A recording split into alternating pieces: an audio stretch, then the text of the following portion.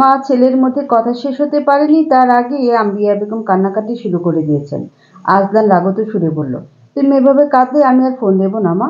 আম্বিয়া বেগম ক্ষীণ সুরে বললেন, আরেক মায়ের কোল থেকে বাচ্চাকে কেড়ে নিয়ে তুই আমাকে মা ডাকিস না। 5 দিন তোর গলা না শুনে আমি পাগল হয়ে যাচ্ছি। সেখানে ওই দুধের বাচ্চাটাকে না দেখে ওর মায়ের কেমন লাগছে বুঝতে পারছিস তুই? কতটা পাষাণ রে তুই। আজলান বলল, কেঁদো না, আমি দেখছি কি করা যায়। আগামী 2 সপ্তাহ কাজের মধ্যে ডুবে থাকবো, তাই সুযোগ হবে না। তারপর দেখি তোমাকে নিয়ে আসতে পারি কিনা। আম্বিয়া বেগম বললেন, ওর মা কতবার ফোন দিয়েছে ডোডোর খবর জানার জন্য। তুই ওর সাথে কথা না বল, কিন্তু বাচ্চাটার গলা তো শুনতে দিবি। এ কেমন রাগ তোর? আজলান বলল, আমার কাজ শেষ হোক, ডোডোকে এসে তুমি নিয়ে যাও। এখানে আপাতত লোক রেখেছি, ওরা দেখভাল করছে ওর। আর ওর মা, ওর কাছে ওর বাচ্চাকে দিবি না? আজলান কোনো কথা বলল না তিথির ব্যাপারে, শুধু জানাচ্ছিল ও ফোন দিয়েছে কি দেয়নি। আম্বিয়া বেগম আফতাব সাহেবের অসুস্থতার কথাও চেপে গিয়েছেন। ছেলের উপর ওনার অনেক রাগ, কিন্তু তা দেখালেন না। ডোডোর কাছে পৌঁছানোর জন্য ওনাকে শান্ত হয়ে কথা বলতে হবে। আজলান ফোন রাখার সাথে সাথে আফতাব শেখ জানতে চাইলেন, আজলান শেখ কেন ফোন দিয়েছে? আম্বিয়া বেগম বললেন, নিজের ছেলেকে এভাবে সম্বোধন করছো কেন? ছেলে আমাকে কিভাবে সম্বোধন করে দেখেছো? এসব তুমি শিখিয়েছো ওকে। তোমার ছেলে চায়টা কি বলো তো? কি চায় সে? বাচ্চাটাকে তার মায়ের কাছ থেকে দূরে রেখে কি প্রমাণ করতে চাইছে? আম্বিয়া বেগম রেগে মেগে বললেন, সব তোমার জন্য হয়েছে। তুমি সব নষ্টের মূল। তোমার ছেলে কেমন তুমি জানতে না? ওরকম মেয়ে পছন্দ করে এনেছো কেন? এর চেয়ে ভালো মেয়ে তো চোখের সামনেই ছিল। তোমার ছেলে তাকে পাত্তা দেয়নি, তাই সে নিজের মতো করে কাউকে পেয়ে ভেগেছে। ডোডোর মাও এমন ভেগে গেলে ভালো হতো। সরসে চেঁচিয়ে উঠলেন আম্বিয়া বেগম, মুখে অলক্ষণে কথা এনো না। তোমার বোনের মেয়ে তলে তলে বেটা মানুষ হাত করে রেখেছিল। সে মেয়ের সাথে তুমি আর তোমার বোন আমার ছেলের বিয়ে ঠিক করলে কোন সাহসে? আফতাব সাহেব নির্লিপ্ত গলায় বলল, তোমার ছেলেকে হুড় পরিয়ে এনে দিলেও সে দোষ খুঁজে বের করতো। হেনারও দোষ খুঁজে বের করেছিল সে, তাই হেনা বুঝে গিয়েছিল ওর সাথে বাকি জীবন কাটানো সম্ভব না, তাই পালিয়ে গিয়েছে। এখন বৌমার হাত পা তো বাঁধা, তাই তাকে বাগে পেয়ে তোমার ছেলে তাকে শাস্তি দিচ্ছে। তোমার বোন, তোমার ভাগ্নি সব কটা বেঈমান। ওদের সাথে ডোডোর মাকে মিলাবে না। তুমি আর তোমার ছেলের কারণে ওকে ঘর ছাড়তে হয়েছে। তোমার ছেলে ওকে ছেড়ে দিলে ও যাবেটা কোথায়? খবরদার বলছি, এসব ভুলভাল কথা কারো সামনে বলবে না। আফতাব শেখ বললেন, তুমি কি তোমার ছেলেকে ডোডোর মতো দুধের শিশু ভেবেছো নাকি? ওর মাথায় কি ঘোরে না তা তুমি বুঝতেও পারবে না। ও বৌমাকে জব্দ করতে পারলেই খুশি। ওই ছেলেকে আমি চিনি, আমার রক্ত তো। ও মরে যাবে, কিন্তু বৌমার কাছে মাথা নত করবে না। আম্বিয়া বেগম বললেন, বউ কি ও আনছে? বউ আমরা আনছি। ওর বউ আমি রাখবো। ও রাখার না রাখার কে? আমি ওকে আজকে গিয়ে নিয়ে আসবো। তোমার কি মনে হয় ডোডোর মা তোমার সাথে আসবে? যার সাথে ঘর করবে সে ওকে পাত্তা দিল না আর তোমার কথায় চলে আসবে? কি বলতে চাইছো তুমি? আমি কিছু বলতে চাইছি না। তোমার ছেলে যেটা করতে চাইছে সেটা আন্দাজ করে বলছি, ও বৌমার সাথে সংসার করতে ইচ্ছুক নয়। এইসব ভং ওর অজুহাত মাত্র। আম্বিয়া বেগম টলমলে চোখে চেয়ে রইলেন। দিন 20-21 দিনের মতো গড়িয়ে গেছে। ঝড় বাদলের দিন, সকাল বিকেল রাত 3 বেলা নিয়ম করে বৃষ্টি পড়ছে। নিস্তার নেই। ভীষণ আলসে আর বিষণ্ণ সময় কাটছিল সবার। মাগরিবের নামাজ পড়ছিলেন মালিকা বেগম। তিথি নামাজ পড়ে চা বসিয়েছে চুলায়। মফিজ সাহেব নামাজ পড়ে এসে চা খান। চায়ের পানি টকবক করে ফুটে ওঠা মাত্রই তুষার এসে বলল, আপা কে যেন এসেছে, তোকে খুঁজছি। তিথি সন্দিগ্ধ গলায় বলল, কে? তুষার কি যেন বলল। তিথি শুনতে পেল না ঠিকঠাক, কিন্তু তুষারের উত্তরের অপেক্ষা করেনি সে। বারান্দার চেয়ারে জারিফকে বসে থাকতে দেখে অবাক চোখে চেয়ে বলল, আপনি? জারিফ তাকে দেখা মাত্র দাঁড়িয়ে পড়ল। বলল, ভাবি আপনি একটু ব্যাগপত্র গুছিয়ে নিন, আমরা বান্দরবন যাব। তিথি উত্তেজিত হয়ে বলল, বান্দরবান কেন? ডোডো কোথায়? ওর কাছে নিয়ে যাবেন? জারিফ বলল, জি, আমি বাইরে গাড়ি দাঁড় করিয়ে রেখেছি। তিথি ব্যাকুল হয়ে বলল, আমার ডোডো কেমন আছে? জারিফ বলল, সব ঠিক আছে, আপনি রেডি হয়ে নিন। তিথি আচ্ছা বলে ঘরের উদ্দেশ্যে পা বাড়াতে যেতেই থমকে গেল। ঘাড় ফিরিয়ে বলল, আপনি স্যার নিশ্চয়ই নিয়ে যেতে বলেনি? জারিফ বলল, স্যার আমার সাথে কথা বলেনি। উনি কথার বলার মতো সিচুয়েশন নেই। আমার মনে হলো এই মুহূর্তে আপনাকে দরকার, তাই এসেছি। তিথি ঘরে চলে গেল। ছোট্ট একটা ব্যাগ গুছিয়ে নিল। কিছুই খুঁজে পাচ্ছে না সে। হাতটা ভীষণ রকম কাঁপছে। কতদিন পর ডোডোকে দেখবে সে। দুটো শাড়ি, গামছা, কিছু জরুরি জিনিসপত্র আর কিছু টাকা নিয়ে নিল সে। বাকি টাকাগুলো মায়ের হাতে দিল। বলল, ডোডোর কাছে যাচ্ছি আম্মা, আমি ফোন দেবো তোমাকে। মালিকা বেগম চুপ করে রইলেন। বেরোনোর সময় মফিজ সাহেব বললেন, মাথা ঠান্ডা রেখে কাজ করিস মা, তোর এখন একটা বাচ্চা আছে। এখন নিজের কথা ভাবলে চলবে না, ওর কথা ভেবে সিদ্ধান্ত নিবি। তিথি বাবাকে জড়িয়ে ধরে চুপ করে রইল। তারপর বেরিয়ে এলো জারিফের সাথে। পুরো শহরটা তখন নির্জীব। যানবাহনের চলাচল না থাকলে আর কোনো শব্দই থাকতো না কোনোখানে। সড়ক বাতির আবছা আলোয় পিচঢালা রাস্তা চকচক করছে। কানের পাশ দিয়ে বয়ে যাচ্ছে শস্য বাতাসের শব্দ। ডোডোর মুখটা কয়েকবার কল্পনা করল সে। পেটে মুখ গুজে দিলে খিলখিল করে হাসিতে ফেটে পড়তো ডোডো। হাসিটাতে কি মায়া! এত মায়া কবু দেখেনি তিথি। তার চোখে জল নামলো, সাথে সাথে মুছে নিল সে। একবার ডোডোকে পেলে চাপটে জড়িয়ে বুকের মধ্যে লুকিয়ে ফেলবে সে। আর এক মুহূর্তের জন্যও ছাড়বে না। দুনিয়া উল্টে যাক, কিন্তু ডোডোকে আর ছাড়ছে না সে। পথিমধ্যে একটা দোকান দেখতে পেয়ে নেমে গেল সে। ফিরে এলো কিছু চিপস আর মিনি বিস্কিটের প্যাকেট নিয়ে। ডোডো এখন খেতে শিখেছে। মাকে দেখা মাত্রই যদি মুখের দিকে চেয়ে থাকে, মা খালি হাতে এসেছে, ব্যাপারটা কেমন দেখাবে? জারিফ তার উত্তেজনা বুঝতে পারল। মায়েরা এমনই হয়। ঘন্টা দুয়েকের মধ্যে গাড়িটা একটা সেন্ট্রাল হসপিটালের পার্কিং প্লেসে গিয়ে থামলো। তিথি অবাক কণ্ঠে বলল, হসপিটালে কেন? আপনার স্যারের কিছু হয়েছে? জারিফ বলল, 3 তলায় যেতে হবে, চলুন। তিথি ওর পিছু পিছু কম্পিত পায়ে হেঁটে গেল। আয়জা আর রামদিয়া বেগম হসপিটালের লাউঞ্জে বসে আছেন। আয়জার পায়ের কাছে বড় একটা ব্যাগ, কোলে ছোট্ট একটা কাপড়ের ব্যাগ। ব্যাগটাতে ডোডোর ছোট ছোট কাঁথা আর প্যাম্পাস রাখত সে। তাকে দেখে আম্বিয়া বেগম হাঁ করে চেয়ে রইলেন। তিথি ছুটে গিয়ে বলল, কার কি হয়েছে মা? আমার ডোডো কোথায়? ও কেউ কিছু বলল না। ভয় চোটে আম্বিয়া বেগমকে একটা সজোরে ঝাঁকুনিতে কেঁদে উঠল তিথি। আম্বিয়া বেগমও এতক্ষণ পর ফুঁপিয়ে উঠলেন। তিথি স্তব্ধ হয়ে গেল। আয়জাকে বলল, ডোডো কোথায়? আমার ডোডো? আয়জা আঙ্গুল দিয়ে কেবিনটা দেখিয়ে দিল। তিথি দৌড়ে গিয়ে জানলার কাছ বরাবর দাঁড়াতেই কেবিনের মধ্যে একটা ছোট্ট বাচ্চাকে দেখতে পেল। নিজের ছেলেকে নিজে চিনতে ভুল করলো তিথি। হাতে ক্যানুলা, নাকে অক্সিজেন। শুকিয়ে এতটুকুনি হয়ে গেছে হৃষ্টপুষ্ট শরীরটা। গায়ের রংটা পর্যন্ত ফ্যাকাশে হয়ে গেছে। তিথি চেয়েই রইল। কাঁদতে ভুলে গেছে সে। শুধু চোখ ফেটে উত্তপ্ত জল গড়িয়ে পড়ল। শ্বাসকষ্টের জন্য কিছু খেতে পারছিল না ডোডো। হাঁ করে নিঃশ্বাস ফেলতে ফেলতে কাঁদছিল ভীষণ। নিউমোনিয়ার লক্ষণ বুঝে 3 দিন আগে ডোডোকে হাসপাতালে ভর্তি করিয়েছেন জাফর আহমেদ। রক্তে অক্সিজেনের মাত্রা 92%-এর নিচে নেমে এসেছিল প্রায়। তিথি সবটা শুনে জড়পদার্থের ন্যায় বসেছিল অনেকক্ষণ। নিউমোনিয়ায় আক্রান্ত হওয়ার কারণ হিসেবে ডাক্তার জানিয়েছে বুকের ভিতর শুকনো কফ জমে গিয়েছিল।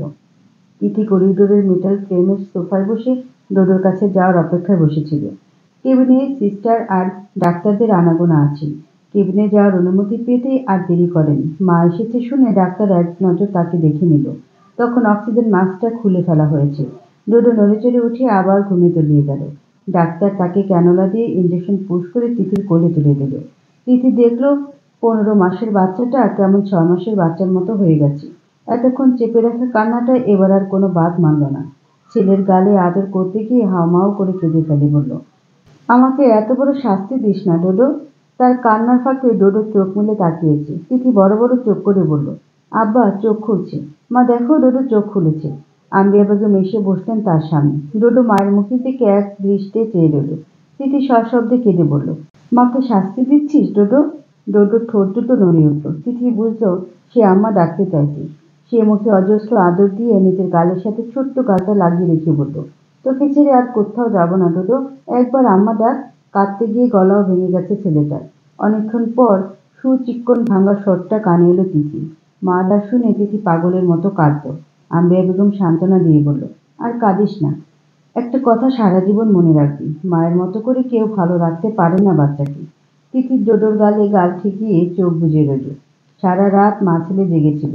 ডোডোর এক দৃষ্টি চেয়ে থাকা দেখে তিথি মনে মনে ভাবছিল, হয়তো সে ভাবছিল এই মা এতদিন কোথায় ছিল। ভোরবেলায় মা ছেলে দুজনেই ঘুমিয়ে পড়েছে। প্রায় সকাল 10টার দিকে তিথির ঘুম ভেঙেছে। ডোডো তখনও তার বুকের উপর নির্বিঘ্নে ঘুমাচ্ছে, যেন কত রাত সে এভাবে ঘুমাতে পারেনি। আফতাব শেখ এসেছেন তখন। খাবার দাবার এনেছেন। ডাক্তারদের সাথে পরামর্শ করার পর ডাক্তার জানিয়েছেন আজ রাতেই ডোডোকে রিলিজ দেওয়া হবে।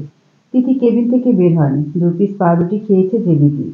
ডাক্তার এসে শেষ ইঞ্জেকশনটা পুশ করলো। ওষুধ খাওয়ানোর সময় আর ইঞ্জেকশন পুশ করায় কেবিন ফাটিয়ে কেঁদেছে ডোডো। আমিয়া বেগম বললেন, ডাক্তার দেখা মাত্র সে কান্না শুরু করে। কান্নার এক পর্যায়ে তিথিকে জড়িয়ে আম্মা মা বলে ডেকে চুপ করে গেল। তিথি তার গালে আদর করতে করতে বলল, আমার আব্বা সুস্থ হয়ে গেছে, আর মারবে না ওরা, আমরা এবার বাড়ি যাব। ডোডো তার শাড়িটা ধরে রাখলো শক্ত করে। কাঁধে মাথাটা ফেলে রাখলো। তিথি তাকে কোলে নিয়ে হাঁটার সময় খেয়াল করলো সে একদম হালকা হয়ে গিয়েছে। অথচ আগে বেশিক্ষণ কোলে রাখলে কোমর ব্যথা করত। আজলান শেখের কথা তিথি জিজ্ঞেস করবে ভেবেছে, কিন্তু করেনি। কারণ সে নিজেই অপেক্ষা ছিল কবে আজলান শেখ আসবে, কিন্তু এলো না। হয়তো নিজের পরাজিত মুখখানা তিথিকে দেখাতে চায়নি, কিংবা নিজের ছেলের অসুস্থতার দায়ে তিথিকে দায়ী করতে গিয়ে নিজেই ফেঁসে যাবে তাই সামনে আসেনি।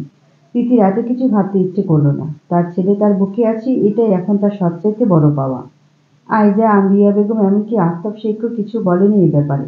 তিথি খেয়াল করেছে ওষুধ আনা, খাবার দাবার আনা নেওয়া সব ছোটাছুটি জারিফই করছে। তার কাছে নিশ্চয়ই তার স্যারের খোঁজ থাকতে পারে, কিন্তু সে জিজ্ঞেস করতে গিয়েও করল না। ডিসচার্জ পাওয়ার পর ডোডোকে ভালো করে কাঁথা দিয়ে মুড়িয়ে নিয়ে শিশু ওয়ার্ড থেকে বেরিয়ে যাওয়ার সময় তিথি আম্বিয়া বেগমকে ডেকে বলল, আয়জা কোথায়? তোমরা যাবে না?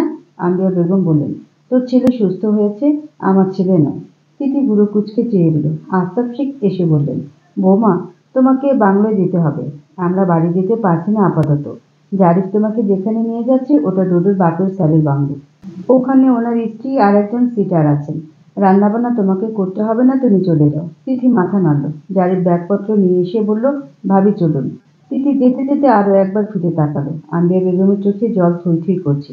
তিথি যেতে যেতে জারিফকে জিজ্ঞেস করলো, কি হয়েছে আপনার স্যারের? জারিফ একটু চমকে যেতে তিথি বলল, আমি বুঝতে পেরেছি কিছু একটা হয়েছে।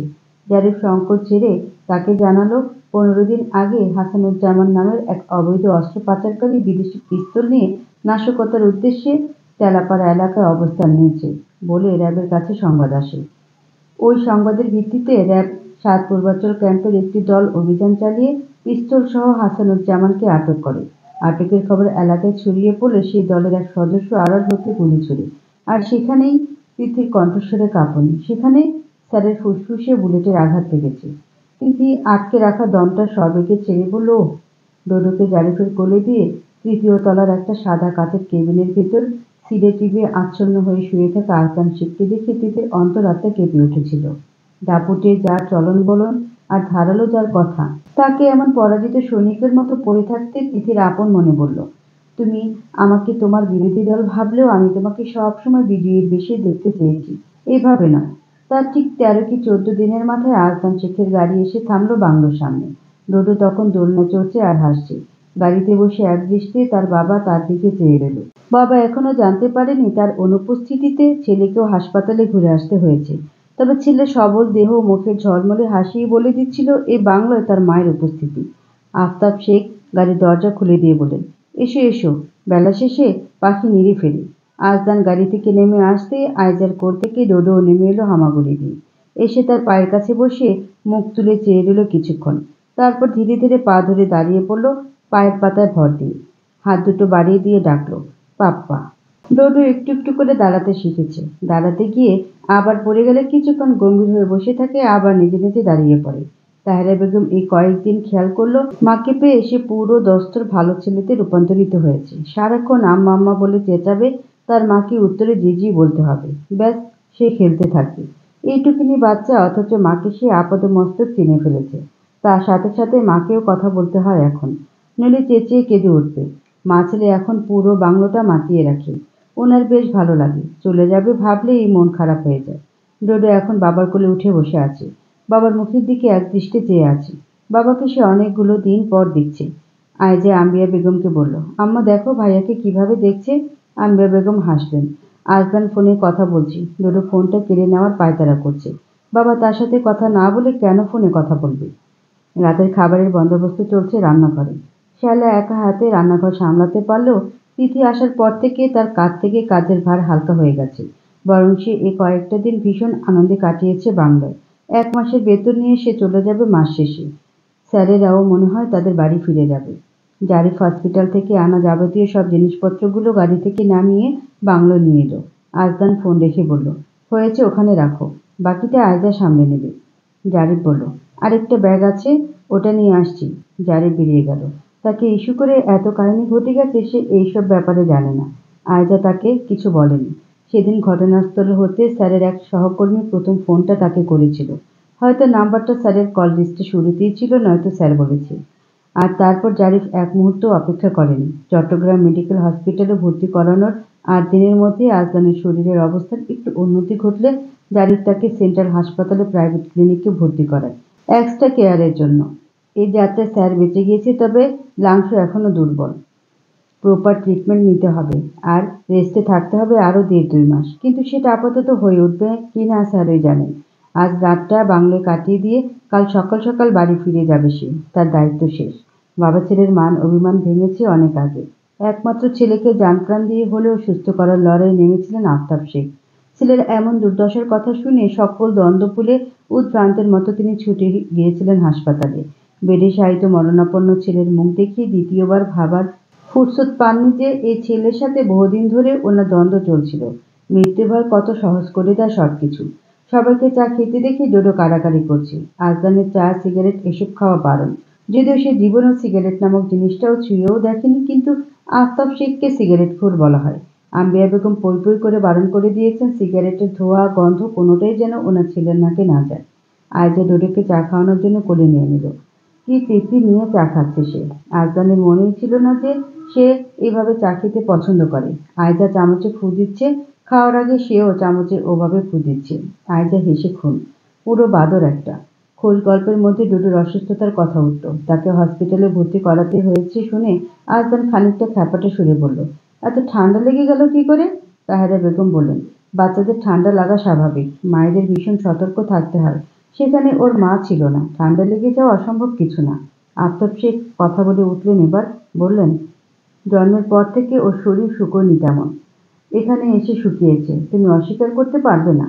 আম্বিয়া বেগম বললেন, যা হয়েছে তা নিয়ে কথা বলে আর লাভ আছে? তুই একটু ঘুমাবি আব্বা? আজদান বসা থেকে দাঁড়িয়ে পড়তে পড়তে বলল, না, তবে কাজ আছে। আম্বিয়া বেগম তীব্র প্রতিবাদ করে বলল, বউ ঘরদোর সব সাফ করছে আজ। খবরদার কোনো কিছুতে হাত দিবি না আজদান, সব সময় অবাধ্য হোস না। আজদান হাঁ করে চেয়ে দিল। মা বুঝে গেল কি করে? আয়জা বলল, হ্যাঁ ভাইয়া, আমি আর ভাবি মিলে সব ঝেড়ে মুছে ধুয়ে পরিষ্কার করে রেখেছি। আফতাব শেখ বললেন, তোমার শরীরের উপর যাতে প্রেশার না পড়ে, সবসময় নিজের মর্জি মাফিক চলা যায় না। আজদান ঘরে চলে যাওয়ার উদ্দেশ্যে পা বাড়াতে গিয়ে আবার থেমে গিয়ে জারিফকে বলল, আমি না বলা অবধি কোথাও যাবে না। জারিফ মাথা নাড়ল। আয়জা তার কোলে ডোডোকে দিয়ে বলল, ফুপি কাজে যাই কেমন? ডোডো আঙুল তুলে বলল, আম্মা। আয়জা তার নাক টিপে দিয়ে বলল, আপনার আম্মা কাজ করছে, যাই দেখে আসি। জারিফ বলল, আমাকে কাল চলে যেতে হবে, স্যারকে একটু বুঝিয়ে বলবে? আয়জা মাথা নেড়ে বলল, আম্মাকে বলবো। আজদান ঘরে গিয়ে বিছানায় বসল। ঘরটা পরিপাটি করে রাখা হয়েছে। ডোডোর দোলনা, খেলনা, বেবি ওয়াকার, কাপড় চোপড়, ওষুধের বক্স ছাড়া আর কিছুই ঘরে দেখা যাচ্ছে না। এই বাংলোর পেছনটা জঙ্গলের মতো। ঝিঝি পোকার ভারী ডাক কান ঝালাপালা করে দেওয়ার মতো। এখন কোনো ব্যাঙগুলোও যোগ দিয়েছে। জানালাটা বন্ধ। মশার কারণে বোধহয় বন্ধ করে দেওয়া হয়েছে। সে উঠে জানালাটা খুলে দিল। দমকা হাওয়া ঢুকে পড়ল ঘরে। আজদান ফোঁস করে একটা ভারী নিঃশ্বাস ফেলে অনেকক্ষণ চুপচাপ দাঁড়িয়ে রইল। তার মধ্যে ঘরে কেউ একজন এমনভাবে এলো যেন মেঝেতে পায়ের ধুলো না পড়ে। এমনভাবে গেল যেন পায়ের শব্দ না হয়। ঠিক এইভাবে হাসপাতালের কেবিনেও এমন একজোড়া পা আসা যাওয়া করত, যা আজদান শেখের জানার কথা নয়। রাতের খাবারের বেশিরভাগই ঝাল কম দিয়ে রান্না করা হয়েছে। গত 14 দিন বাংলোতে যেভাবে রান্না করেছে ঠিক সেই নিয়মে। চিংড়ি মাছটা বেশ ঝাল করে রেঁধেছে তিথি, কারণ আজদান চিংড়ি মাছ খায় না। তার মতে চিংড়ি মাছ নয়, পোকা, জ্বলন্ত অমেরুদণ্ডী প্রাণী। তাছাড়া চিংড়িতে হাজার রকমের অ্যালার্জি। সে ঘৃণা করে চিংড়িকে। তাই তিথির মনে হলো চিংড়িটা সে নিজের মতো রাখতে পারবে। বাকি সব রান্না শায়লা রেঁধেছে। তিথি এটা ওটা বাড়িয়ে দিয়েছে। আজদান তেল মশলা বেশি খেতে পছন্দ করে না। আগেও কম খেত, এখন আরও কম। অপরদিকে তিথির পছন্দ তেল চটচটে মাছ মাংস। মাছ মাংসের উপর তেল না ভাসলে, লাল মরিচ আর পেঁয়াজ মশলায় মাখা ঝোল ঝাল না হলে খাবার তার মুখে রোচে না। আম্বিয়া বেগমও আগে এমন খেতেন। ছেলের জন্য পছন্দ বদলে ফেলেছিলেন। এখন তিথি রান্না করলে তা বেশ আরামে খান। যদিও তিথি রান্না খুব কম খাওয়া হয়েছে, কিন্তু গত 14 দিন তিথি রেঁধেছে, তাও শায়লার কথা মতো, আর হাসপাতালে খাবার নিয়ে গিয়েছে। বেশ ঘন করে করে ডাল, পেঁপে ভাজি অথবা মসুর ডাল আর লাউ তরকারি, পটল কিংবা বরবটি ভাজা, ডিম, এসব। মাছ মাংস একদম ছুঁয়েও দেখেনি আজদান। মাংস খাওয়া বারণ ছিল। খাওয়ার ফাঁকে আফতাব শেখ আর জাফর আহমেদ চিংড়ি রান্নার বেশ প্রশংসা করলেন। তিথি আম্বিয়া বেগম আর তাহেরা বেগমকে মাছ মাংস তুলে দিচ্ছিল। তখনই জাফর আহমেদ বললেন, শায়লা, আজ সব রান্না দারুণ হয়েছে। চিংড়িটা 10-এ 11। আজদান শেখ, আপনি এটা মিস করে গিয়েছেন। একবার খেয়ে দেখুন। দেব? আরে কিচ্ছু হবে না, একবার খেয়ে দেখুন। চিংড়ি মাছ আবার মিস দেয় নাকি কেউ? তিথি রেশালা শায়লা বাটি সরিয়ে নিয়ে বলল, এটা ম্যাডাম মেডিসিন স্যার, আমি নেই। বাটিতে শেষ কয়েকটা চিংড়ি ছিল, সেগুলো তাহেরা বেগমের পাতে দিয়ে বাটিটা নিয়ে রান্নাঘরে চলে গেল তিথি। আয়তো চুপচাপ খেতে খেতে মায়ের চোখ বরাবর তাকিয়ে আবার চোখ নামিয়ে নিল। আজম খেতে খেতে জারিদকে বলল, তুমি কাল ওদেরকে নিয়ে চলে যাচ্ছ? আমিয়া বেগম অবাক কণ্ঠে বললেন, তুই যাবি না? যাবো, এখন না, হেডকোয়ার্টারে যেতে হবে একটু। জাফর আহমেদ বললেন, আমি সামলে নেব, তুমি আগে বাড়ি যাও। যদি না যাও তাহলে সবাই এখানে থাকো। আজদান আর কিছু বলল না। তিথি ডোডোকে নিয়ে ফিরে এলো। বাসনের এক কোণায় 1 চামচ ভাত নিয়ে চিংড়ির ঝোল নিয়ে মেখে ডোডোকে হাঁটতে হাঁটতে খাইয়ে দিতে লাগলো। ডোডো ঝাল খেতে ঠোঁট দুটো লম্বা করে উ উ বলল। তিথি গালে চেপে চুমু খেয়ে বলল, মজা? ডোডো মাথা ঝাঁকালো। জাফর আহমেদ বলল, ছেলেও মাথা ঝাঁকিয়ে মায়ের প্রশংসা করছে। আম্বিয়া বেগম বললেন, বেশি ঝাল দিস না বউ, ওর পেট খারাপ করবে। আয়জা বলল, পাতলা খাবার খেলে ওর পেট খারাপ হয় আম্মা, ঝাল খেলে ঠিকই থাকে। ডোডো তিথির কোল থেকে খানিকটা নিচে ঝুঁকে গলা কাত করে চুপচাপ খেতে থাকা আজলানকে ডেকে বলল, এ বাবা। আজলান সবেমাত্র পানির গ্লাস ধরেছিল মুখের কাছে। ডোডোর এমন ডাক শুনে তার কাশি উঠে গেল তক্ষুনি। আম্বিয়া বেগম চেয়ার ছেড়ে ছেলের কাছে ছুটে এসে বুকে পিঠে মাথায় মালিশ করে দিতে দিতে আয়জাকে বলল, পানি দে, এখন কি হবে রে? আজলান কাশতে কাশতে দাঁড়িয়ে পড়ল।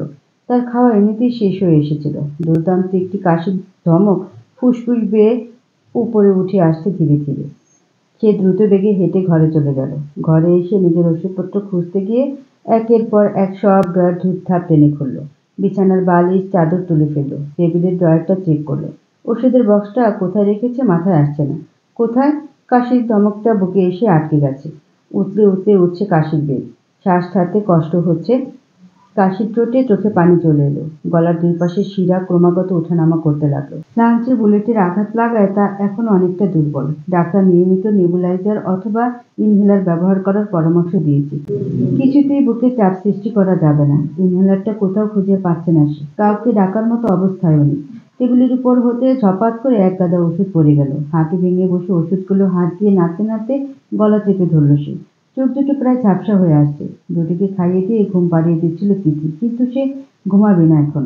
তিথি তার মাথা বুকে রেখে ঘুম পাড়িয়ে দিচ্ছে আর সে মুখ তুলে মায়ের দিকে তাকিয়ে আছে। তিথি বলল, ঘুম কবে আসবে? আমার অনেক কাজ ডোডো। ডোডো হাঁ করে চেয়ে দিল। তিথি তাকে বুকে জড়িয়ে ধরে দুগালে আদর করতে করতে ঘরের সামনে দিয়ে যাচ্ছিল। ঘরের ভেতর সমস্ত জিনিস এলোমেলো পড়ে থাকতে দেখে কৌতূহলবশত ঘরে পা রাখল। তখনই আজলানকে পাগলের মতো ওষুধ হাতড়াতে দেখে ডোডোকে মেঝেতে নামিয়ে দিয়ে ছুটে গিয়ে ইনহেলারটা খুঁজে আজলানের ঠোঁটের ফাঁকে গুঁজে দিল। দু ঠোঁটে ইনহেলার চেপে ধরে শ্বাসকষ্টকে দমিয়ে রাখার চেষ্টায় রত হলো আজলান। ডোডো হামাগুড়ি দিয়ে আজলানের সামনে এসে বসে বাবার মুখের দিকে চেয়ে দিল। তিথি তাকে বুকে টেনে নিয়ে আজলানের দিকে চেয়ে দিল। আজলান একটু স্বাভাবিক হয়ে আসতেই তিথি ডোডোকে নিয়ে উঠে যাওয়ার সময় আজলান বলল, ডোডো সামনে বসো। তিথি ডোডোকে আর সামনে বসিয়ে দিয়ে বেরিয়ে গেল। পায়ে জোর দিয়ে দাঁড়িয়ে বিছানায় শুয়ে পড়ল আজলান। পাশে ডোডোকেও শুয়ে দিল। ধীরে ধীরে ধীরে ধীরে শ্বাস প্রক্রিয়া চলছে তার। ডোডো তার হাতে থাকা ইনহেলারটা কেড়ে নেওয়ার জন্য ধস্তাধস্তি শুরু করলো তার গায়ের উপর উঠে। আজলান বলল, মহা মুশকিল তো।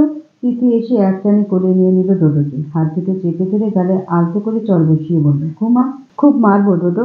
ডোডো ঠোঁট টানল। তিথি তাকে বুকে চেপে ধরে বিছানার এক কোণে গুটিসুটি মেরে শুয়ে পড়ল।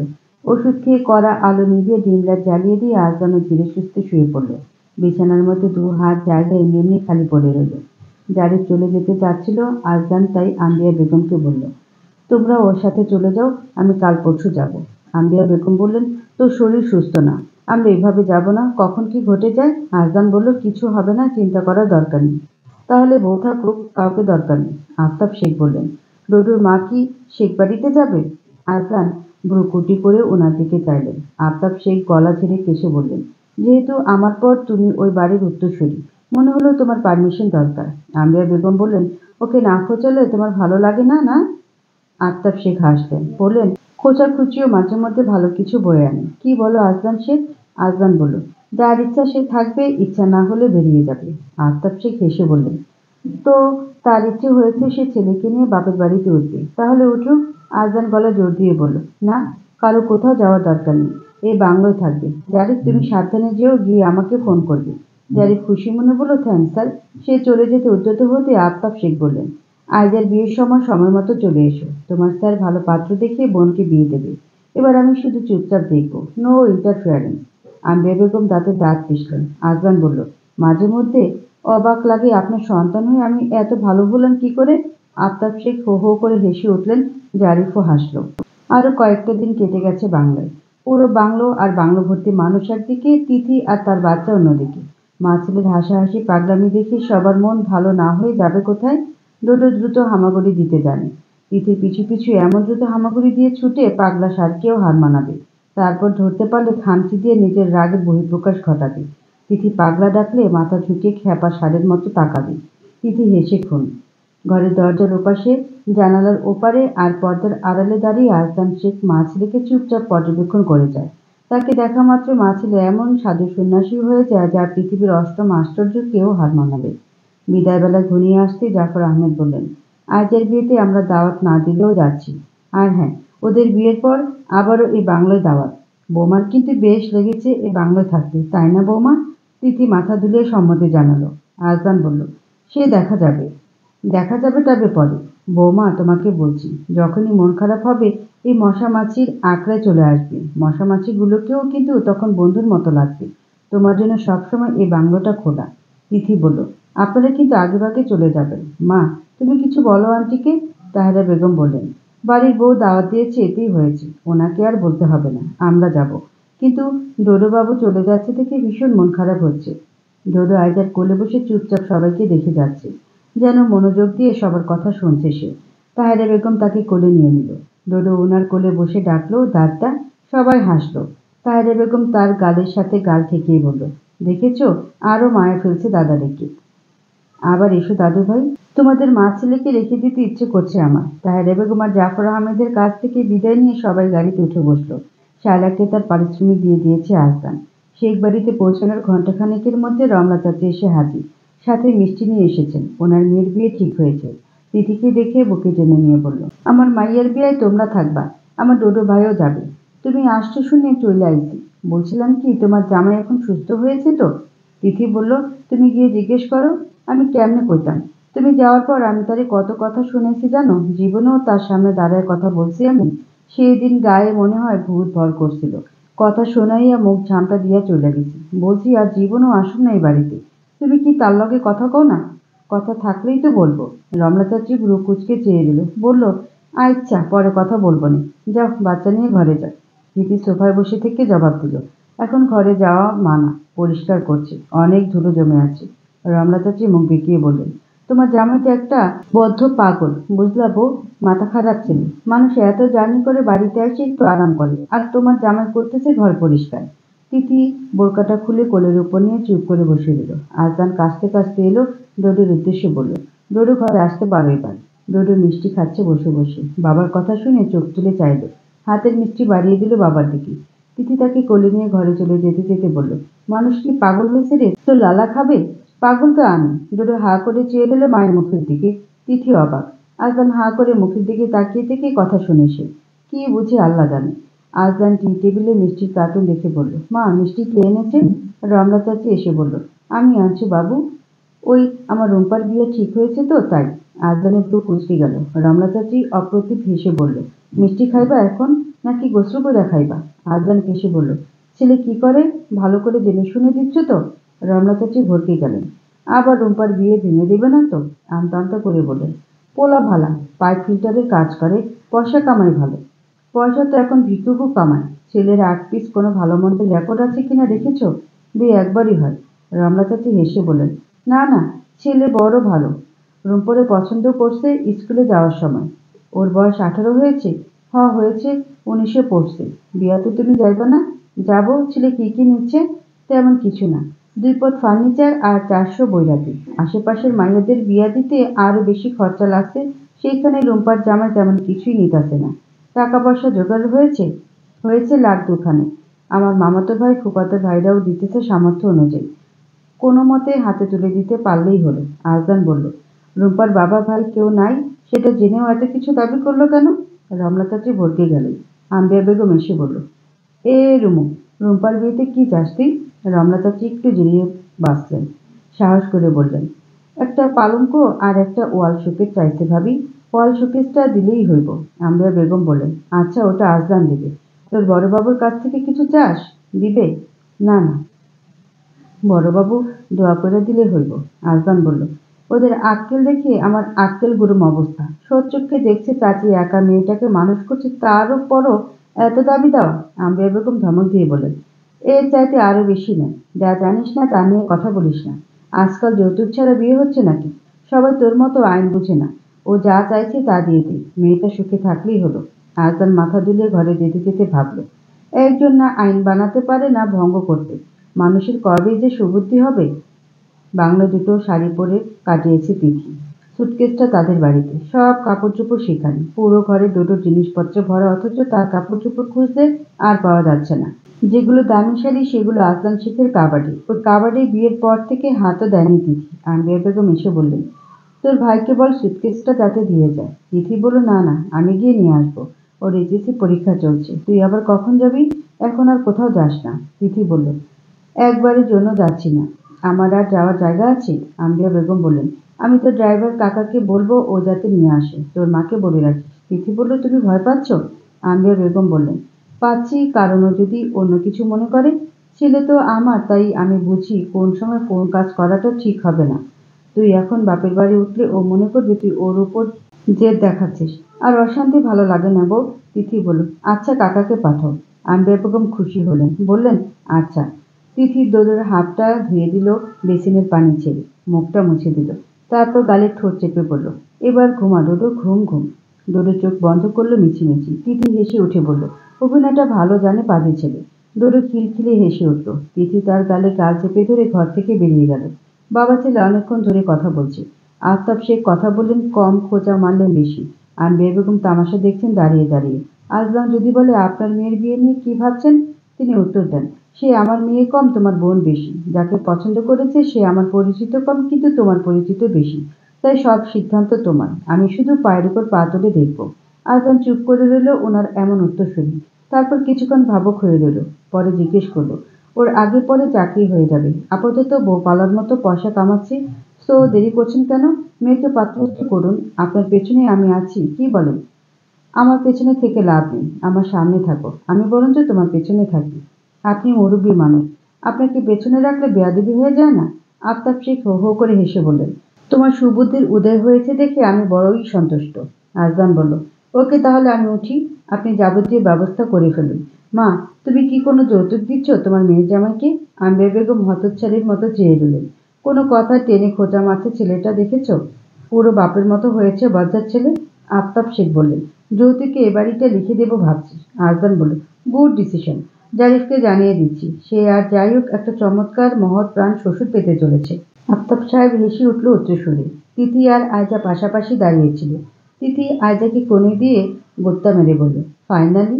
আয়জা চুপ করে দাঁড়িয়ে দিল। তিথি বলল, মন খারাপ কেন?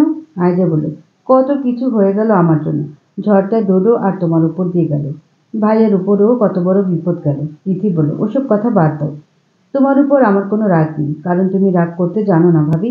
তাহলে তো আরো ভালো, আমার দিক থেকে সব পরিষ্কার। এতদিন ভাইয়ের সেবা করেছ, মনে হয় না সে তোমার উপর রেগে আছে। ওটা বোন হিসেবে করেছি। ভাই অসুস্থ থাকলে কোনো বোন চুপ করে বসে থাকতে পারবে? কিন্তু এত কিছু হয়ে গেল সব আমার জন্য। তিথি বলল, তোমাকে একটা বুদ্ধি দেই, শোনো। আয়জা তার বুদ্ধি কান পেতে শুনল। আজলান হাতের মুঠো বন্ধ করে সোজা হয়ে দাঁড়িয়ে কয়েক কদম হেঁটে বড় সড়ো শ্বাস ফেলছে আর নিচ্ছে। সে কতটুকু সুস্থ হয়েছে তা হয়তো নিজের ভেতর অনুধাবন করার চেষ্টা করে। আয়জা পা টিপে টিপে ঘরে এসে দাঁড়িয়ে থাকলো। আজলান তাকে পরখ করে বুড়ো কুঁচকে ফেললো। বলল, কোনো সমস্যা? আয়জা চুপ করে রইল। আজলান বলল, কি বলতে এসেছিস বলে চলে যা। আয়জা বলল, তুমি আমার উপর রেগে আছো? আজলান ভুরুগুলো আরো কুঁচকিয়ে বলল, এত নাটক করে কথা বলা কে শিখিয়েছে? আয়জা ভরকে গিয়ে বলল, কেউ না, আমার মনে হলো তাই বলছি। মনে হলে সব বলতে হবে কেন? আয়জা আর কোনো কথা না বাড়িয়ে দ্রুত পায়ে বেরিয়ে গেল জিপ থেকে। তিথিকে গিয়ে বলল, তুমি জিও ভাবি, কিভাবে এর সাথে বাকি জীবনটা কাটাবে আমি ভেবেই মরছি। তিথি বলল, তারা জবাব দিয়েছে? হ্যাঁ, আমি ভয়ে পালিয়ে এসেছি। পুরো ইমোশনলেস মানুষ ভাইয়াটা। আমার ভাই কি করে এমন হলো বুঝি না। তিথি বলল, আচ্ছা ওসব বাদ, তোমাকে তো দাঁড়িয়ে বিয়ে দিচ্ছে নাকি, আর চিন্তা কিসের? যাও ফুর্তি করো তোমার ভাইপোকে নিয়ে। আয়জা ডোডোকে ছো মেরে করে নিয়ে ফেলে বলল, আব্বা, তোমার পাপ্পা কি রকম করে হাঁটে বলো তো? ডোডো উ উ করে কাঁসার মতো অভিনয় করলো। তিথি অবাক। আয়জা হেসে উঠে ডোডোর গালে গাল চেপে ধরে আদর করতে করতে বলল, আব্বাকে জিভ দেখাও। ডোডো জিভা বের করে দেখালো। তিথি হা করে চেয়ে রইল, কপাল চাপড়ে বলল, তোর সভ্য বাপ বলবে এসব আমি শিখিয়েছি। আয়জার বিয়ের কথাবার্তা এক বৈঠকে সেরে নিয়েছে আজদান। সে অত ঘুরিয়ে পেঁচিয়ে কথা বলা পছন্দ করে না। জারিফের বাবার গ্রামের বাড়িতে বাড়িঘর আছে। ওনারা বংশধর মানুষ, কিন্তু অভাবের তাড়নায় চাকরি খুঁজতে গিয়ে শহরে ওঠার পর আর গ্রামে ফিরতে পারেননি। বড় ছেলেকে উচ্চশিক্ষিত করিয়েছেন, ছোট ছেলেটা এখনো নবম শ্রেণীতে পড়ছে। তিনি এখনো একটা কাপড়ের কারখানায় কর্মচারী হিসেবে কাজ করেন। বেশ আত্মনির্ভরশীল মানুষ। আজদানের কথা তিনি আগে জারিফের মুখে শুনলেও দেখা হয়েছে এই প্রথম। তিনিও সোজাসাপটা কথায় বিশ্বাসী। জানা পাওনা কথা উঠলে বলে দিলেন, আমি এর আগেও আপনার আব্বাকে বলেছি বিয়েটা ঘরোয়াভাবে হবে। আমার ছেলের এখন ধরাবাঁধা চাকরি বাকরি নেই, তাই আমি কোনো অনুষ্ঠানে যাচ্ছি না। যদি আল্লাহ কখনো তৌফিক দান করেন তাহলে ও একটা ওয়ালিমার ব্যবস্থা করবে। লোক দেখার কোনো কিছু দিতেও হবে না আপনাদের মেয়েকে। আমার ঘরে মেয়ে নেই ঠিকই, কিন্তু একটা মেয়ের জন্য যা যা আসবাবপত্র লাগে সব আছে। যা নেই তা ধীরে ধীরে ওরা জুড়িয়ে নেবে। আপনাদের যদি তাতে অস্বস্তি থাকে কিংবা আপনাদের মেয়ের ঘর সাজানোর জন্য কিছু দিতে চান, তা আপনাদের মেয়ের সাথে পরামর্শ করে তারপর দেবেন। আগে সে ঘরে উঠুক। আমার মনে হয় না তার বাবার কাছে তার কোনো কিছু চাইতে হতে পারে। আজদান চুপ করে শুনল। জাহাঙ্গীর হোসেনের কথায় সে মোটামুটি সন্তুষ্ট। বলল, আমার বাবা ওনার মেয়েকে কিছু না দিয়ে বিয়ে দিবেন বলে মনে হয় না। সে যাই হোক, সেটা ওনার ব্যাপার। উনি ওনার মেয়ের ঘর সাজিয়ে দিতে চাইলে দিক, আমাদের মধ্যে কথা হবে শুধু বিয়ে নিয়ে। আমি আমার নিকটাত্মীয়দের জানাবো, আপনিও আপনার নিকটাত্মীয়দের জানাবেন। মেয়েকে আপনারা কি দেবেন তা ফয়সালা করে নেবেন নিজেরাই। সময়টা আগামী সপ্তাহের দিকে ফেললে ভালো হয়, কারণ তার পরের সপ্তাহ থেকে আমি ডিউটিতে জয়েন করব। ব্যস্ত হয়ে যাব। এখন ধীরে সুস্থে সবটা সামলে নিতে পারবো। জাহাঙ্গীর হোসেন বললেন, তাহলে সেটাই কথা থাকলো। বিয়ের ধুমধাম শুরু হতে না হতেই বাড়িটা মেহমানে ভর্তি হয়ে গেল। আজদানের ফুপু খালা মামিরা এসে পড়েছে। এর আগে ডোডোর আকিকা এসেছিল সবাই, কিন্তু মেজো ফুপু আসেনি। এবার তিনি এসেছেন, সাথে মেয়েকেও নিয়ে এসেছেন। মেয়েটা কোথাও যায় না তেমন। ঘরের মধ্যে বেশি দিন বন্দী হয়ে থাকতে কার ভালো লাগে? হেনা আপাকে দেখে আজ তেমন খুশি না হলেও ভাইয়ের প্রতিক্রিয়া দেখার অপেক্ষায় ছিল সে। একসময় হেনা আপা তাদের বাড়িতে থাকতো। তখন দাদিমা বেঁচে ছিল। দশম শ্রেণী পর্যন্ত পড়েছিল এই বাড়িতে থেকে। ভাইয়া তাকে আর হেনা আপাকে পড়াতো। হেনা আপা ভাইয়ার জন্য পাগল ছিল। ভয় পেত সামনে দাঁড়িয়ে দুটো কথা বলতে, কিন্তু পাগলামির শেষ ছিল না। এমনকি তাদের বিয়ে নিয়ে দুই পরিবারের মধ্যে কথাবার্তাও ঠিকঠাক হয়ে গিয়েছিল। ভাইয়ারও কোনো আপত্তি ছিল না এতে। হেনা আপার প্রতি তার বিশেষ কোনো অনুভূতি দেখা না গেলেও দু ছাইও করেনি কখনো। না আপার অনুভূতিকে কখনো অসম্মান করেছে। কিন্তু ভাইয়ার চাকরি হওয়ার পর কি যেন হয়ে গেল। দাদিমাও মারা গেল। হেনা আপা কলেজে উঠে গেল। ভাইয়ারও চাকরি হয়ে গেল। দুজন দুদিকে। সেই ফাঁকে হেনা আপা বদলে গেল চোখের পলকে। চোখের আড়াল হলেই কি মানুষ মনের আড়াল হয়ে যায় এত সহজে? এত সহজে হেনা আপা অন্য একজনকে ভালোবেসে ফেলল। এটা আদৌ কি ভালোবাসা ছিল নাকি মোহ? কত সহজে হেনা আপা সেদিন বলে দিল, ওর মতো রোবটের সাথে সংসার করতে পারবো না আমি। আমি এর চাইতে ভালো কাউকে পেয়েছি। বেটার কাউকে জীবনসঙ্গী করার রাইট আমার আছে। আমি এবার উপলব্ধি করেছি আমি এতদিন আবেগের বশে পাগলামি করেছি, কিন্তু ভেবে দেখেছি তোর ভাইয়ের সাথে সংসার করা অনেক কঠিন। একে সে ওসিডির রোগী, দ্বিতীয়ত ওর এমন মেজাজ, তৃতীয়ত রসকসীন একটা পাথর। জীবনে কোনো মেয়ে ওর সাথে সুখী হতে পারবে না। ওর মধ্যে প্রেমিক ভাবটা নেই। আজ তৃপ্ত হয়ে গিয়েছিল। বাড়ির কেউ হেনা আপাকে বিয়ে করতে ভাইয়াকে চাপ দিয়েছে এমনও না। ভাইয়া নিজেই রাজি ছিল, কারণ তার যুক্তি ছিল এই, হেনা আপা তাকে ছোট থেকে চেনে সেহেতু তার সাথে মানিয়ে নিতে পারবে খুব সহজে, যেটা বাইরের একটা মেয়ে কোনোদিনও পারবে না। কিন্তু হেনা আপা তার এই ভরসা বিশ্বাসের মূল্য দেয়নি। বরঞ্চ তার পাগলামি, আবেগ সবকিছুকে মিথ্যে প্রমাণ করে বিয়ের সপ্তাহখানেক আগেই সে প্রেমিকের হাত ধরে পালিয়ে গেল। কিন্তু কপালে সুখ সয়নি। শ্বশুর, শাশুড়ি, ননদ, ননাসের অত্যাচারে বেহাল দশা তার।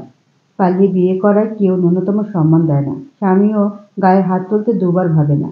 এখন 4 মাস হয়েছে বাপের বাড়িতে এসে উঠেছে। স্বামী একবার খোঁজও নেয়নি। মেজো ফুপু এখন এই দুঃখে মরে যান। এটা তো পুরা রসগোল্লা। কি নাম রে ওর? শেখ তাজদিদ আইজান। ওর মা ডোডো ডাকে। এখন আমরাও ডাকি। ডোডোকে আদর করে দিল হেনা। বলল, ওর মাকে তো দেখিনি। আয়জা বলল, কাজ করছে। রান্নাঘরে চলো। হেনা বলল, না থাক, এখানে এলে দেখব। ঘরে বসে থাকবে? হ্যাঁ। এক একজন এক এক কথা বলছে, বাদ দে। আয়জা ডোডোকে আদর করতে করতে বের হয়ে এলো। আম্বিয়া বেগম তাকে চুপিসারে বললেন, তোর মেজেফুর আঙ্কেলটা দেখেছিস? এমনিতেই চ্যাটাং চ্যাটাং কথা বলে, তার উপর মেয়ে একটা এনেছে। ওই মেয়ের মুখ দেখতে ইচ্ছে করে না আমার। আয়জা বলল, আহা এসব বলো না তো। ভাবিকে সরিয়ে রাখো ফুপুর সামনে থেকে। কখন কি বলে বসে দেখছি। তরতর করে হেঁটে রান্নাঘরে চলে গেলেন আম্বিয়া বেগম। তিথি মেহমানদারি করছেন, যেন সবাই তার ঘরের মানুষ। কেউ খোঁচা মেরে তার বাপের বাড়ির কথাও জানতে চাইছে। কিছুদিন আগে বাড়ি ছেড়ে চলে গিয়েছিল সেই কথাও জানতে চাইছে। আরও কত শত কথা। তিথি হাসিমুখে উত্তর দিয়ে যাচ্ছে। আম্বিয়া বেগমের গা জ্বালা করছে। বিরক্ত হয়ে নিজের বোনকে বললেন, এত কথা বলিস না তো, ওর বাচ্চাকে খাওয়ানোর সময়টুকু পাচ্ছে না সকাল থেকে। এই বউ, তুই যা, আমার নাতনিটাকে খাইয়ে দিয়ে আগে আয়দার কোলে চেঁচাচ্ছিল। তিথি চায়ের কাপগুলো ধুয়ে বলল, আচ্ছা যাচ্ছি। মেজো ফুপু চা খায়নি, ঠান্ডা হয়ে গিয়েছে। ফুপুকে একটু নিমকি চা দাও। মেজো ফুপু বললেন, আর দিতে হবে না, তোমাদের তোষামোজি করতে হবে না অত। বাপের বাড়িতেই তো এসেছি, নিজে করে খেয়ে নেব।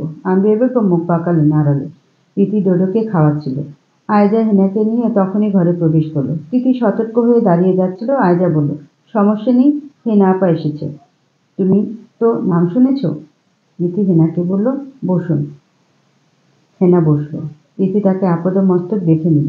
আয়জা তাকে এই মেয়ের ব্যাপারে সব বলেছেন বাংলো থাকাকালীন। সেদিন বোকামো না করলে এই ঘর সংসার মেয়েটার হতো। জীবনটা কি অদ্ভুত। আয়জা বলল, আচ্ছা তোমরা গল্প করো, আমি আসি। আয়জা চলে যাওয়ার পর তিথি আর হেনার মধ্যে অনেক কথা হলো। হেনা ঘরটাতে চোখ বুলিয়ে বলল, পড়াশোনা কন্টিনিউ করেছেন? না, সেকেন্ড ইয়ারে ফাইনাল দিইনি, এবার দেবো ভাবছি। ডোডো হাঁটা শিখলে আমার আর সমস্যা হবে না। বাচ্চা তার মায়ের চেহারা পেয়েছে আর বাবার রং। তিথি মৃদু হাসল। ডোডো মুখ বের করে একবার হেনাকে চাইল। হেনা হাসতে সে আবারও মুখ লুকিয়ে নিল। তিথি বলল, দুষ্টুমি শিখেছে। আপনার ভাইয়ের সাথে দেখা হয়েছে? হেনা চমকে উঠে বলল, না না, হয়নি। হবে আর কি। তিথি হাসল, বলল, কিছু খাননি? খেয়েছি, খিদে নেই তেমন। আসার সময় ভাত খেয়েছিলাম। দুজনের কথার মাঝখানে সোজা ঘরে ঢুকে এলো আজদান। ডোডো মুখ তুলে বাবাকে দেখে ডেকে উঠল, এই পাপ্পা। হেনা বসা থেকে দাঁড়িয়ে পড়ল। আজদান হেনাকে দেখে বলল, ভালো আছিস? হেনা দ্রুত জবাব দিল, হ্যাঁ আছি। তারপর সোজা বেরিয়ে গেল সে। তিথি ডোডোকে মেঝেতে নামিয়ে দিল। সে হামাগুড়ি দিয়ে ছুটে গিয়ে বাবার পা ঝাপটে ধরল। আজদান চোখ নামাতে 2 হাত বাড়িয়ে দিল। আজদান কোলে তুলে নিয়ে বলল, পা ধরার অভ্যাস হলো কবে থেকে? ডোডো চোখ উল্টে তাকালো। আজদান বলল, এসব শেখালো কে? ডোডো হাত দুটো তুলে উঁচিয়ে বলে উঠল, আম্মাম্মা। তিথি হতভম্ব হয়ে চেয়ে রইল। মাকে ফাঁসিয়ে দিচ্ছে সে। আজদান বলল, আর করলে খবর আছে। ডোডো হাত দুটো দিয়ে তার মাথার চুল টেনে ধরল। এত শক্ত করে ধরল, ছাড়ার নাম নেই। তিথি কাছে গিয়ে ছাড়ানোর চেষ্টা করলো, কিন্তু সে ছাড়ল না। আজদান তাকে বিছানায় ফেলে হাত দুটো শক্ত করে ধরে ধীরে ধীরে ছাড়িয়ে নিয়ে মাথায় হাত চেপে কিছুক্ষণ চুপ করে বসে রইল। ডোডো বিছানায় শুয়ে চুপ করে বাবার দিকে চেয়ে হাসতে লাগলো খিলখিলিয়ে। আজদান একটা বড়সড় রুমাল নিয়ে তার হাত দুটো বেঁধে ফেলে বলল, বেশি বার বেড়েছো তুমি। ডোডো হাত নাড়াতে না পেরে পা নাড়াতে লাগলো। আজদান তাকে ওভাবে রেখে কাবার্ড খুলে তার শার্ট বের করে গায়ে দিয়ে বেরিয়ে গেল তিথির দিকে চোরা চোখে চেয়ে। সে বেরিয়ে যেতে তিথি ছুটে এসে ডোডোর গালে চুমু দিতে দিতে বলল, কেমন লাগছে এবার? ডোডো খুলে দিতে হাত বাড়িয়ে দিল। তিথি গিট খুলতে যেতে আজদান ঘরে ঢুকে খ্যাক করে উঠে বলল, খবরদার বলছি। তিথি গিট খুলতেই থাকলো। আজদান চুপচাপ চেয়ে রইল কিছুক্ষণ। সত্যি সত্যি খুলছে দেখে খপ করে তার হাত ধরে ওড়না টেনে 2 হাত বেঁধে ফেলল। তিথি ধস্তাধস্তি করেনি বলে শক্ত করে বাঁধতে সুবিধা হয়েছে। তারপর বাইরে থেকে দরজা বন্ধ করে চলে গেল। তিথি ডোডোর কাছে গিয়ে বসল।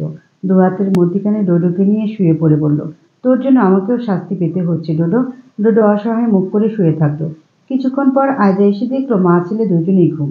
সে নাকিছুরি কেঁদে বলল, আমার গায়ে হলুদের দিন মা ছেলে ঘুমাচ্ছ, এখন আমি? তখনই মা ছেলের হাত বাঁধা দেখে হাঁ করে চেয়ে রইল সে। আজদান তার পেছন পেছন ঘরে ঢুকে বলল, ঘুমোক, ঘুম থেকে উঠে বাকি কাজ করবে। আয়জা চুপচাপ বেরিয়ে গেল। আজদান প্রথমেই তিথির হাত খুলতে বসেছিল। ওড়নার গিট খুলতে গেল, আর ঠিক তখনই ঘুম ঘুম চোখে তিথির মনে হলো যেন ডোডোকে কেউ একজন তার বুক থেকে তুলে নিচ্ছে ধীরে ধীরে। সে খপ করে আজদানের কলার চেপে ধরে হ্যাঁচকা টান দিল। আজদান মুখ থুবড়ে পড়ল তার উপর। দুজনের মাঝখানে ঘুমন্ত ডোডো চ্যাপ্টা হয়ে পড়ে রইল। সে ভ্যাও ভ্যাও কেঁদে উঠতেই দুজনের হুঁশ ফিরল। আজদানের নাকটা তিথির কান ছুঁয়ে উঠে গেল।